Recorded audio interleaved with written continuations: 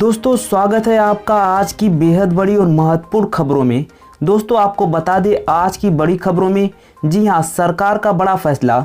अब कोई भी चीनी कंपनी भारत के कंपनी में अपनी शेयर नहीं बढ़ा पाएंगे।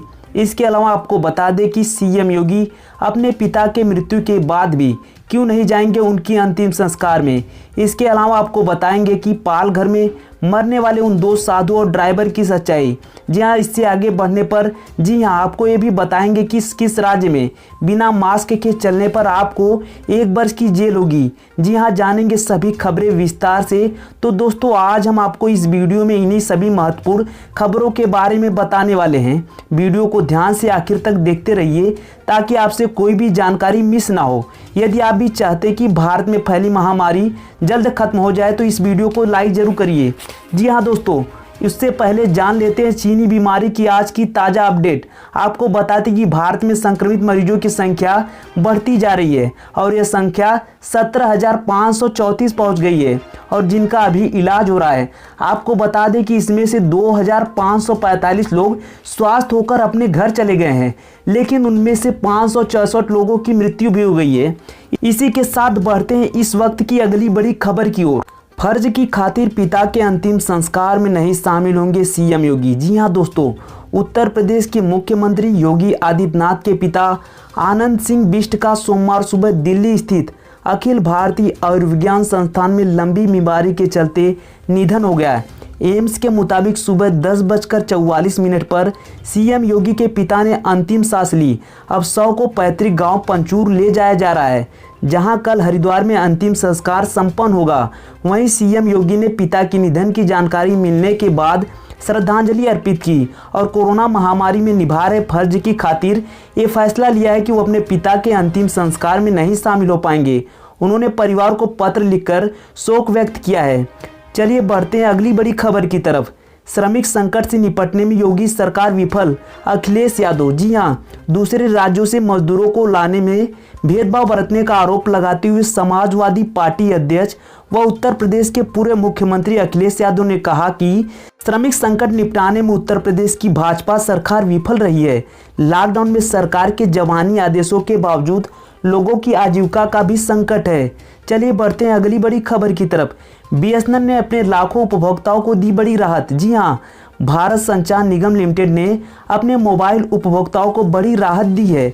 लॉकडाउन के चलते प्रीपेड नंबरों की वैधता की अवधि बढ़ाकर 5 मई कर दी गई है। पहले यह 20 अप्रैल तक निर्धारित थी।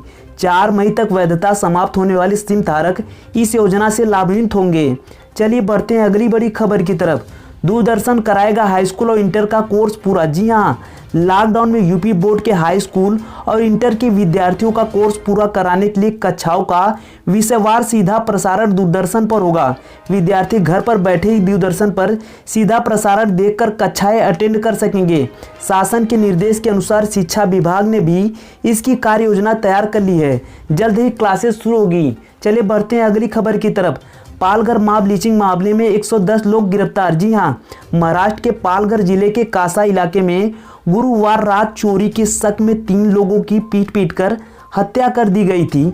रविवार को सीएम उद्धव ठाकरे के कार्यालय की ओर से जारी बयान में यह बताया गया कि पुलिस ने साधुओं की हत्या के सभी आरोपियों को गिरफ्तार कर लिया है।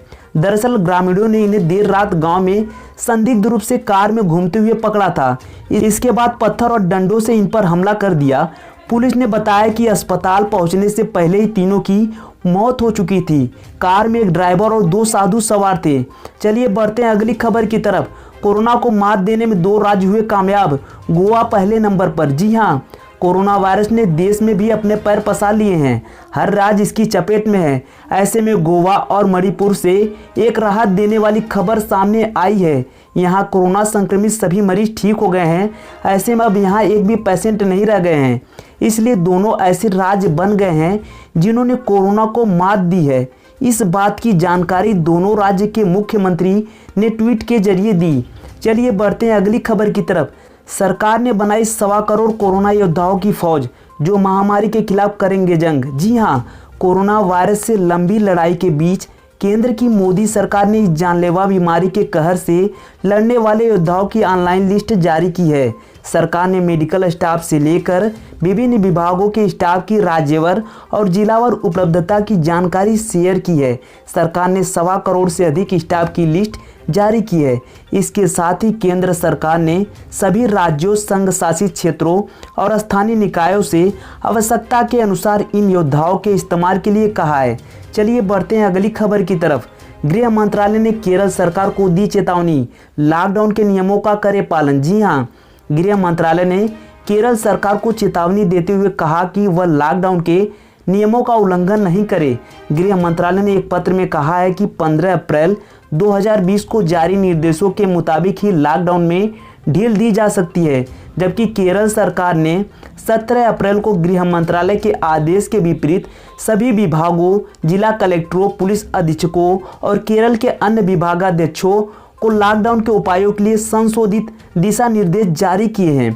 अब गृह मंत्रालय ने केरल सरकार के मुख्य सचिव को पत्र लिखकर चेताया है कि नाई की दुकानों और रेस्तरां को काम करने की अनुमति दिए जाना प्रतिबंधों का गंभीर उल्लंघन है। केंद्र के अनुसार 3 मई तक सख्त बंदिशें लगाई जानी है। हालांकि राज्य सरकार ने केरल में 20 अप्रैल से कुछ ढील दी गई है। चलिए बढ़ते हैं अगली बड़ी खबर की तरफ। केंद्रीय टीम की मदद से इंदौर में कोरोना को रोकने में मिलेगी सफलता, सीएम शिवराज सिंह चौहान। जी हां, मध्य प्रदेश के इंदौर जिले में कोविड-19 के 7 नए मामले आने के साथ यहां संक्रमितों का आंकड़ा 897 पहुंच गया है। कल रात 3 पुरुष और 1 महिला समेत 4 की मौत की पुष्टि किए जाने के बाद यहां वायरस से मरने वालों की संख्या 52 हो गई है।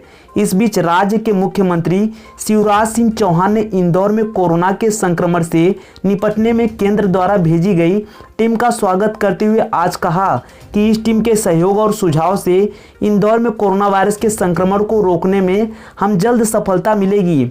यहाँ बढ़ते हैं अगली बड़ी खबर की तरफ।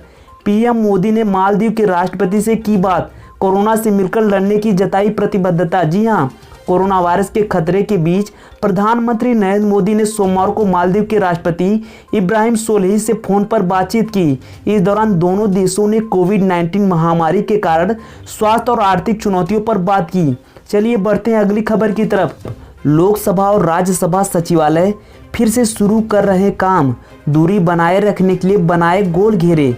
जी हाँ, कोविड-19 के बढ़ते प्रकोप के मद्देनजर 24 मार्च को बंद किए गए लोकसभा और राज्यसभा सचिवालय आज से फिर से काम शुरू कर रहे हैं। इस दौरान सोशल डिस्टेंसिंग का पूरा ख्याल रखा जा रहा है। देश में रेड अलर्ट या जहां कोरोना वायरस के अधिक मामले हैं वहां सब पहले की तरह ही बैन है, लेकिन जहां हालात बेहतर है वहां कुछ छूट दी गई है। इसी प्रकार संसद के दोनों सदनों लोकसभा और राज्यसभा के सचिवालय में सोमवार से कामकाज शुरू हो गया है। चलिए बढ़ते हैं अगली बड़ी खबर की तरफ। राजस्थान सरकार ने मास्क नहीं पहनने को दंडनीय अपराध घोषित किया। 1 वर्ष की सजा और जुर्माना या दोनों हो सकते हैं। जी हाँ, आपको बता दें कि राजस्थान में सरकार ने मास्क नहीं पहनने को दंडनीय अपराध घोषित कर दिया है।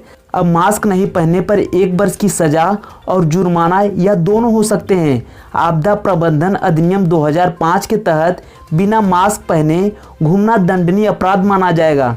चलिए बढ़ते हैं अगली खबर की तरफ। यूपी में आज से खुलेगा उद्योग, सीएम योगी का निर्देश, परिस्थिति देख डीएम खुद ले लॉकडाउन में छूट पर निर्णय। जी हां, कोरोना के खिलाफ लगातार चल रही लड़ाई में अब संवेदनशील मुहाने पर है। उत्तर प्रदेश की अर्थव्यवस्था को पटरी पर लाने के प्रयास में केंद्र सरकार की गाइडलाइन जारी होने के बाद योगी सरकार ने सोमवार को तमाम उद्योग, कारखाने और निर्माण कार्यों को शुरू करने जा रहे हैं। इसमें असली अग्नि परीक्षा सभी जिलों के प्रशासन की है। मुख्यमंत्री योगी आदित्यनाथ ने कह दिया है कि स्थानीय परिस्थिति को देखते हुए जिलाधिकारी खुद लॉकडाउन में छूट के संबंध में निर्णय लें और शासन को अवगत कराएं। चलिए बढ़ते हैं अगली खबर की तरफ। मुसलमानों को लेकर इमरान खान ने आलापा पुराना राग, भारत ने जमकर लताड़ा। जी हां, भारत ने रविवार को पाकिस्तान के प्रधानमंत्री इमरान खान को इस बयान के लिए जमकर फटकार लगाई है, जिसमें उन्होंने कहा था कि देश में कोरोना वायरस महामारी के बीच मुस्लिमों को निशाना बनाया जा रहा है। चलिए बढ़ते हैं अगली खबर की तरफ। पीएम नरेंद्र मोदी का सलाह, व्यापार और जीवन शैली के सरल मॉडलों पर विचार करें। जी हाँ, प्रधानमंत्री नरेंद्र मोदी ने कोरोना वायरस से उत्पन्न परिस्थितियों में लोगों से अपनी जीवनचर्या में बदलाव लाने तथा डिजिटल कार्य संस्कृति अपनाने का आह्वान किया है।